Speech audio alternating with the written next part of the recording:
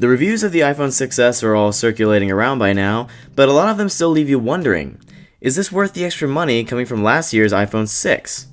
I'm Hayato Huseman with Pocketnow, and let's find out in our head-to-head comparison.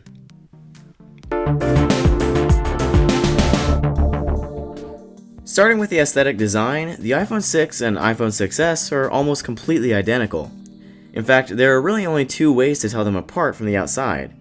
The iPhone 6s has an S icon on the back, taking the place of the typical regulatory markings that you'll find on the iPhone 6, and the new iPhone comes with a new rose gold color option, or, pink.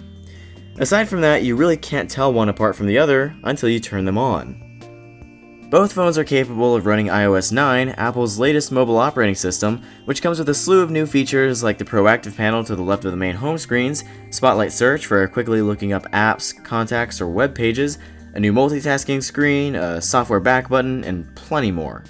But only the iPhone 6s has 3D Touch.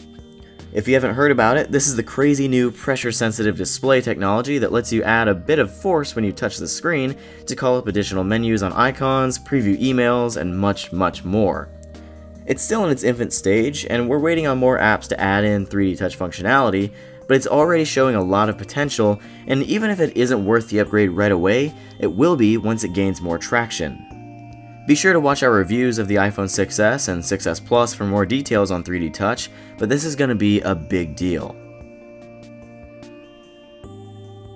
While the iPhone 6 and 6s have the same display size and resolution and nearly identical designs, there's a big jump in internal specifications between the two phones.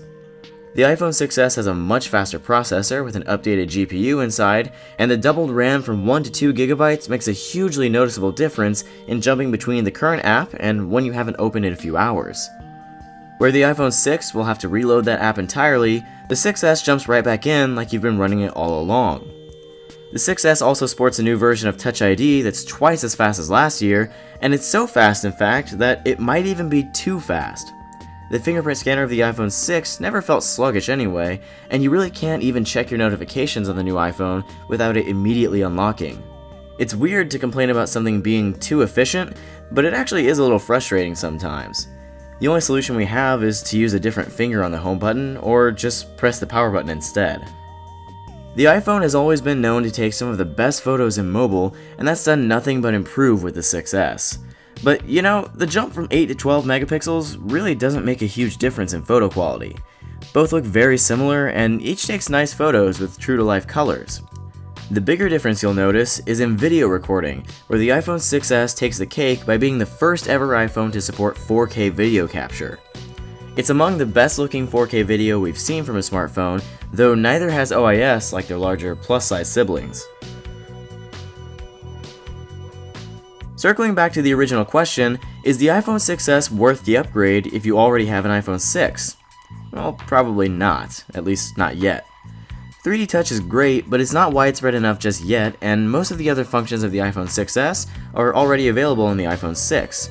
Sure, you'll miss out on 4K video and live photos, but that's probably not worth spending the money to upgrade unless you absolutely have to have the newest phone or the rose gold finish.